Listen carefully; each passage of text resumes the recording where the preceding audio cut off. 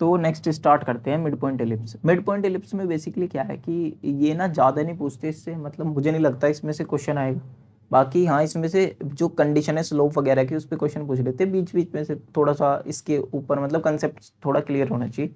बाकी ज़्यादा कुछ नहीं पूछते क्योंकि ये थोड़ा सा टफ पार्ट हो जाता है। ठीक है, तो इसमें एलिप्स का ये हो गया डायग्राम हमारा, और ये आर वाई बोल दिया मैंने, ये आर एक्स बोल दी। तो इसकी स्लोप इंटरसेप्ट फॉर्म में इक्वेशन अगर मैं बताऊं तो बाकी इसमें ना, इसमें होती है जैसे इसमें क्वाड्रेंट सिमेट्री होती है, जैसे उसमें ऑक्टेंट थी इसमें क्वाड्रेंट है।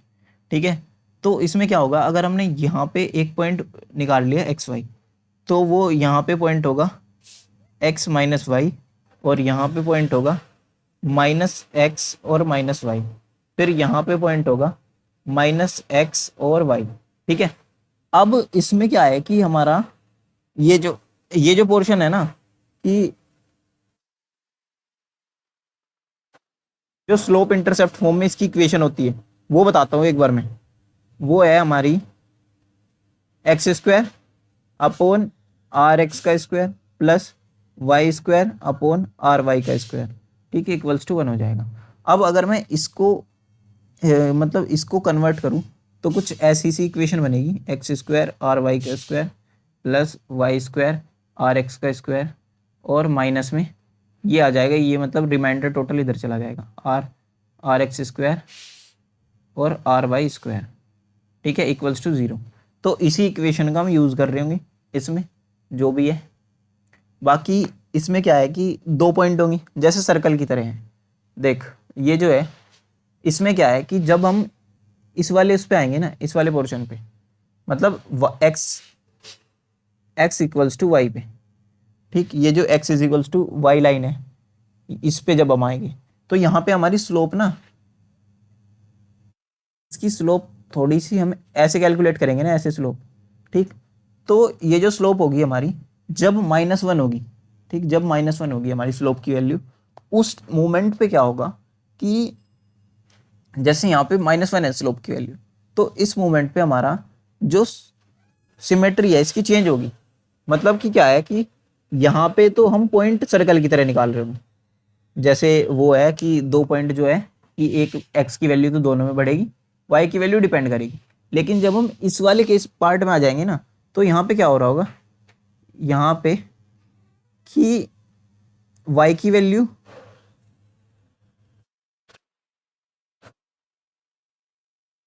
तो रीजन 2 में हमारा ये हो रहा होगा कि y की वैल्यू तो कम होगी होगी। देखो साफ दिख रहा है कि नेक्स्ट पिक्सल या तो ये होगा, ठीक, या फिर ये होगा, दिख रहा है ना, या तो ये वाला होगा या ये वाला होगा। मैंने कहा था कि बॉक्स के ये जो कॉर्नर है इसको मान लो कि ये पिक्सल है तुम्हारे, तो या तो ये वाला पिक्सल होगा या ये वाला होगा, है ना। अब इसमें क्या है कि अगर मैं बोल दूं इसमें एक में तो क्या है कि x की वैल्यू है हमारी सेम, x की वैल्यू x की है, और सॉरी एक में तो x की वैल्यू x की है और y की वैल्यू डिक्रीज कर रही है, ठीक है, -1 से।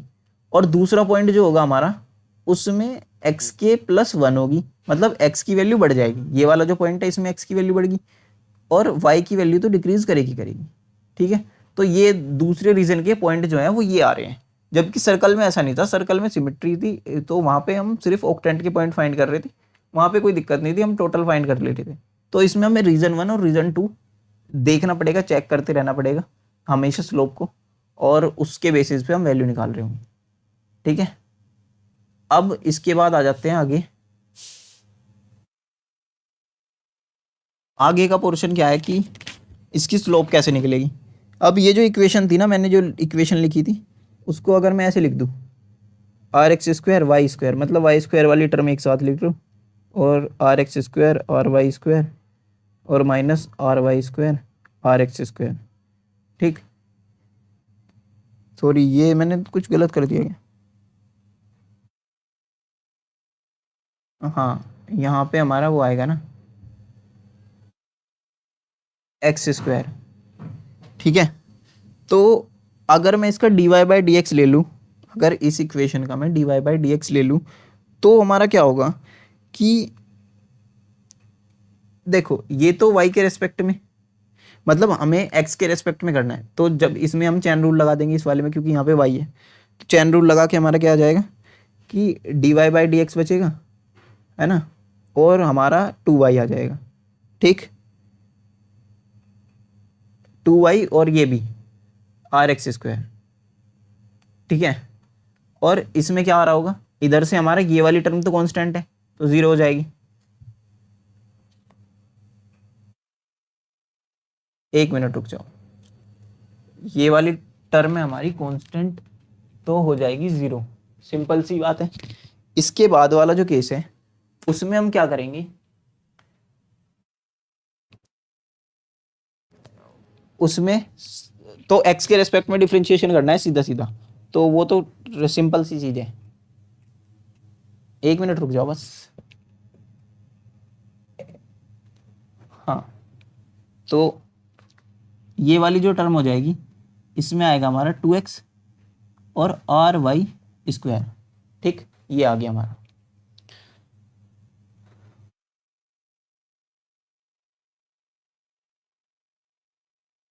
तो यहाँ से dy बाई डी एक्स की वैल्यू क्या आ गई, dy बाई डी एक्स निकल के आता है हमारा -2x आर वाई स्क्वायर और upon 2y r x square, ये आ गया। ठीक है, अब ये हमारी स्लोप आ गई। अब हमें क्या चाहिए कि स्लोप की वैल्यू ना, मतलब -1 से जब भी -1 होगी तो हम रुक जाएंगे, या फिर हम दूसरे वर्ड्स में इसको बोल सकते हैं कि जो मैग्नीट्यूड है स्लोप का वो क्या होना चाहिए, इसका जो मैग्नीट्यूड है 2r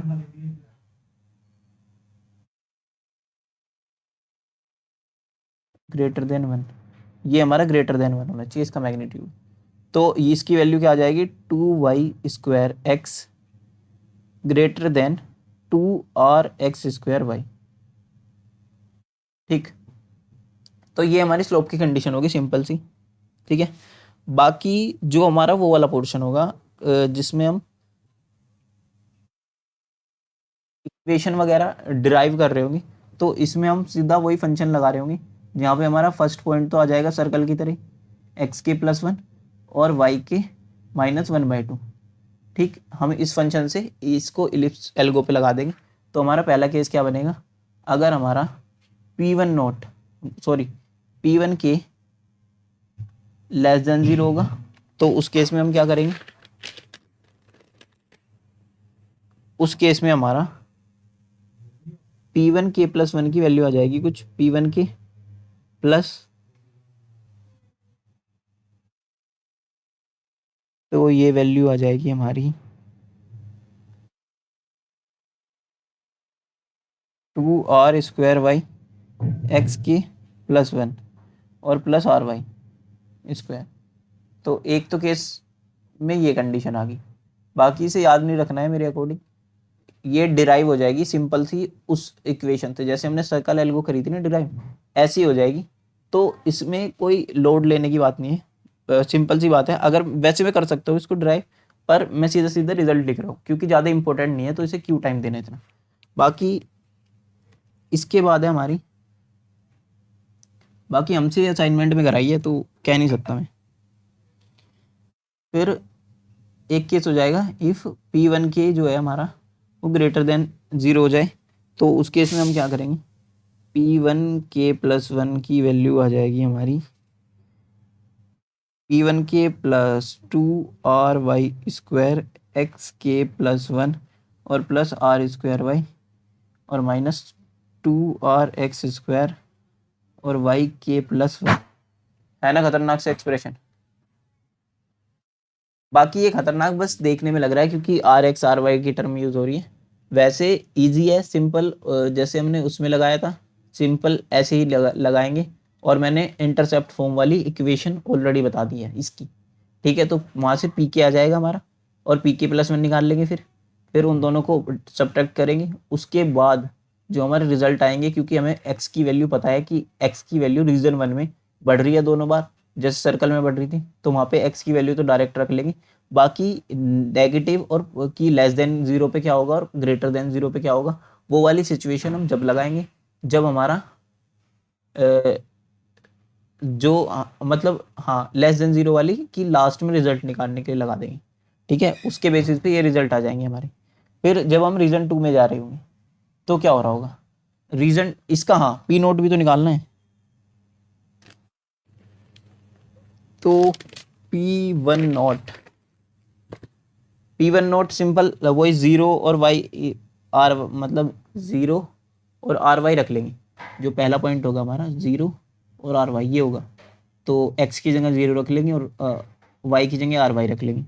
तो यहाँ से क्या आ जाएगा हमारा P1 note R Y square minus R x square और R Y plus 1/4 R X, ये आ गया। ठीक है, अब इसके बाद क्या होगा, रीजन 2 में जंप कर जाएंगे। जब हम रीजन 2 में जंप करेंगे, बाकी हम क्या कर रहे होंगे, एक टेबल बनाएंगे। टेबल में हम साथ साथ वैल्यू चेक कर रहे होंगे, किसकी, जो हमने यहाँ पे ये जो निकाली है, ये जो स्लोप की कंडीशन निकाली है ना, ये वाली, तो इसकी वैल्यू हम चेक कर रहे होंगे बार बार कि इसकी वैल्यू ग्रेटर तो नहीं होगी। जैसे ही ग्रेटर हो जाएगी हम रीजन 2 में स्विच कर जाएंगे। और रीजन 2 में जब भी हम स्विच करेंगे तो पहला पॉइंट और पहला पैरामीटर वो हमारा यहाँ से आ जाएगा रीजन 1 से। रीजन 1 का जो लास्ट होगा वो हमारा उसका पहला हो जाएगा। ठीक है, यहाँ से जो हमारा लास्ट पैरामीटर निकलेगा वो उसका फर्स्ट पैरामीटर हो जाएगा, मतलब पी नोट हो जाएगा। तो उसका पी नोट निकालने की हमें नीड ही नहीं है। बाकी उसके जो पॉइंट हैं वो बता देता हूँ एक बार में। उसके पॉइंट मैंने ऑलरेडी बता दिए वैसे तो, कि x के एक बार तो x की वैल्यू सेम रहेगी, ठीक, वो, और y की वैल्यू तो घटेगी। और दूसरी बार क्या होगा कि x की वैल्यू में +1 हो जाएगा और y की वैल्यू तो घटेगी। तो जब इनका मिड पॉइंट आएगा वो क्या आएगा कि हमारा x के +1/2 आ जाएगा, है ना, और y के -1 आ जाएगा। ये हो गया ना। तो इसका ही हम एफ इलिप्स निकाल लेंगे, मतलब इलिप्स फंक्शन लगा देंगे इस पे, और जो भी इक्वेशन में डाल के जो भी हमारे पैरामीटर आ रहे होंगे पी के और पी के +1 वो निकाल लेंगे और हमारा आंसर आ जाएगा। ठीक है, तो ये तो हमारा सिंपल था, इस पे मैं ज़्यादा वो नहीं कर रहा। बाकी ठीक है, इस वीडियो को एंड करते हैं।